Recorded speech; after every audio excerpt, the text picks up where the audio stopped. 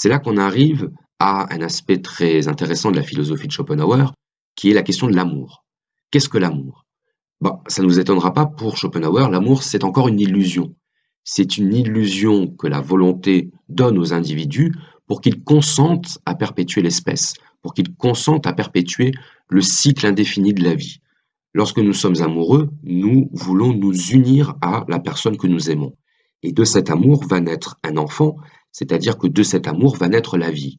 L'amour, c'est donc le moyen, l'instrument qu'utilise l'espèce et, au-delà de l'espèce, la volonté, pour que la vie puisse se perpétuer, donc pour que la volonté elle-même puisse se perpétuer. Mais vous allez peut-être me dire, oui, mais l'amour, ce n'est pas ça qui fait qu'on se reproduit. C'est le désir sexuel qui fait qu'on se reproduit. Oui. Eh bien pour Schopenhauer, l'amour et le désir sexuel, c'est exactement la même chose. En fait, l'amour, c'est simplement la forme culturellement acceptable du désir sexuel. Tout à l'heure, je disais que l'homme était un animal conceptuel. Mais pour Schopenhauer, l'homme et l'animal, c'est exactement la même chose. Les deux sont dans une logique de persévérer dans la vie, de se maintenir dans l'existence. Les deux possèdent l'instinct de survie, les deux se reproduisent, et au final, la seule différence qu'il y a entre l'homme et l'animal, c'est que l'homme se pose la question du sens de son existence, tandis que l'animal se contente d'être dans l'existence.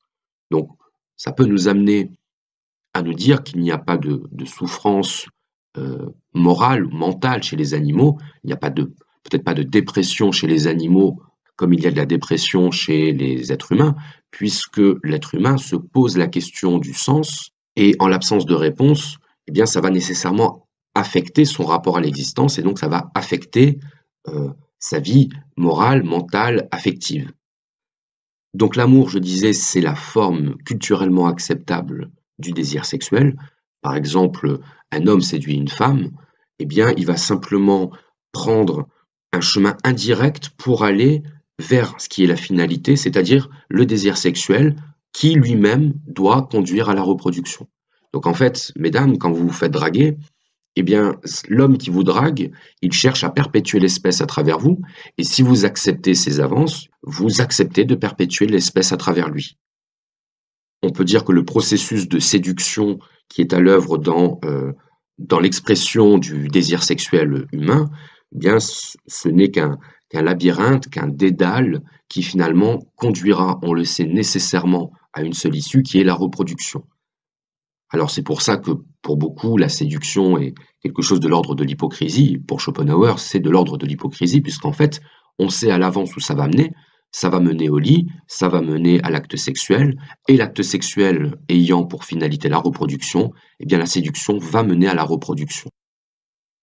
Dans l'amour, il y a quelque chose qui vient se surajouter au désir sexuel, qui est le sentiment.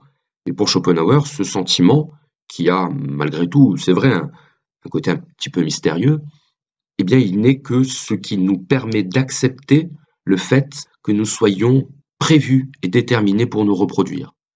Comme nous sommes des animaux conceptuels, nous sommes des animaux métaphysiques, nous sommes des animaux qui produisons du sens, eh bien l'idée que nous puissions nous comporter exactement comme des animaux, c'est-à-dire copuler bestialement et puis faire en sorte de laisser une progéniture après nous, c'est quelque chose qui n'est pas supportable à notre conscience. C'est quelque chose que nous ne sommes pas prêts à accepter parce que notre vanité, Schopenhauer l'appelle la vanité, notre orgueil, notre ego, fait que nous voulons tellement nous persuader que nous avons l'emprise de notre vie, de ce que nous faisons, de nos choix, et y compris de nos sentiments, que nous ne pouvons pas accepter cette idée.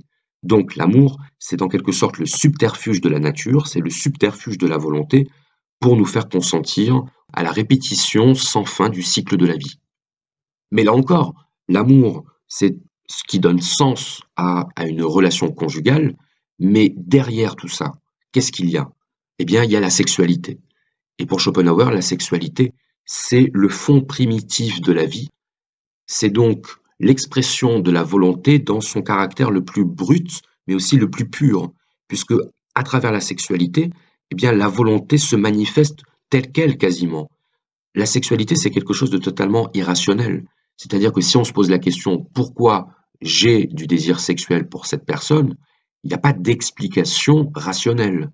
On ne peut que constater le désir. On ne peut pas l'expliquer, on ne peut pas expliquer son pourquoi, on peut expliquer son comment. On revient à ce qu'on disait tout à l'heure sur la différence entre le pourquoi, et le comment. La volonté, c'est le pourquoi, on ne peut pas le connaître. La représentation, c'est le comment, c'est la seule chose qu'on puisse connaître. Donc on peut expliquer éventuellement les mécanismes du désir sexuel et les mécanismes du fonctionnement sexuel, mais on ne pourra jamais expliquer le pourquoi du désir. D'ailleurs, Schopenhauer, là-dessus, fait une petite remarque. Il dit que c'est lorsque l'acte sexuel est terminé qu'on prend conscience de son caractère absurde. Euh, Après l'acte sexuel, Schopenhauer dit le sentiment de honte qui nous envahit, c'est un sentiment de lucidité, un sentiment de lucidité sur la bestialité fondamentale qui nous constitue. Et la bestialité fondamentale, c'est la volonté, puisque c'est cette force brute qui s'exprime à travers nous de manière totalement irrationnelle et déchaînée. Donc, conclusion, c'est la volonté qui s'exprime dans le désir sexuel. Et finalement, le désir sexuel, c'est peut-être la meilleure représentation qu'on puisse avoir de la volonté dans le monde de la représentation.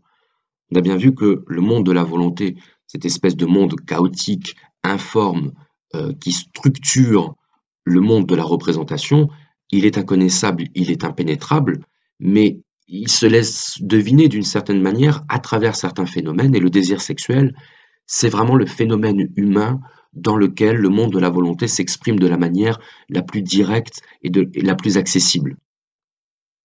Alors, je vais vous lire un petit passage de Schopenhauer sur l'instinct sexuel. L'instinct sexuel est cause de la guerre et but de la paix. Il est le fondement d'actions sérieuses, objet de plaisanterie, source inépuisable de mots d'esprit, clé de toutes les allusions, explication de tout signe muet, de toute proposition non formulée, de tout regard furtif. C'est que l'affaire principale de tous les hommes se traite en secret et s'enveloppe ostensiblement de la plus grande ignorance possible. Deuxième citation sur l'amour et la relation entre l'amour et la sexualité. Toute inclination amoureuse n'est qu'un instinct sexuel plus nettement déterminé, plus individualisé. La procréation de tel enfant déterminé, voilà le but véritable, quoiqu'ignoré des acteurs, de tout roman d'amour. Les moyens et la façon d'y atteindre sont choses accessoires. Donc là, je pense que c'est suffisamment clair. Le but ignoré des amoureux, des amants, c'est la reproduction. Et pas seulement des amoureux, puisque on peut considérer que tous les êtres humains ont un jour connu l'amour, tous les êtres humains ont nécessairement connu ce désir de se perpétuer en fusionnant, en se conjuguant à une autre personne. Eh bien, Schopenhauer nous dit les moyens et la façon d'y atteindre sont choses accessoires. On peut employer la séduction, on peut employer d'autres moyens, disons, plus brutaux et bestiaux. Dans tous les cas, c'est la vie qui demande à se perpétuer, c'est la volonté qui demande à s'exprimer. Pour Schopenhauer, la vie est une tragédie absolue. C'est une tragédie absolue puisque nous souffrons. Le temps nous fait souffrir, l'inconscience nous fait souffrir. L'inconscience, c'est cette impossibilité de saisir la réalité ultime qu'est la volonté dans son essence. On ne pourra jamais la saisir, on ne pourra jamais la comprendre, on ne pourra jamais en rendre raison. Et cette tragédie, il faut la faire cesser. La faire cesser en cessant de procréer, purement et simplement. Cesser de procréer, c'est cesser d'engendrer des êtres qui connaîtront la souffrance. C'est cesser de participer à cette répétition indéfinie, perpétuelle de la volonté. Et c'est faire preuve de lucidité et de compassion pour Schopenhauer. Lucidité parce que la seule lucidité à laquelle on puisse accéder, c'est comprendre que le monde n'a pas de sens. C'est comprendre que la vie est absurde. C'est comprendre que ce qu'on fait, on le fait sans savoir pourquoi on le fait. On est dans l'ignorance totale du sens de notre existence et de nos actes. Et si nous avons un tant soit peu de compassion à l'égard de nous-mêmes et à l'égard d'autrui, qui est un autre nous-mêmes, eh bien nous devons cesser de reproduire indéfiniment ce cycle de vie. Voilà. Bien sur ce, profitez de la vie.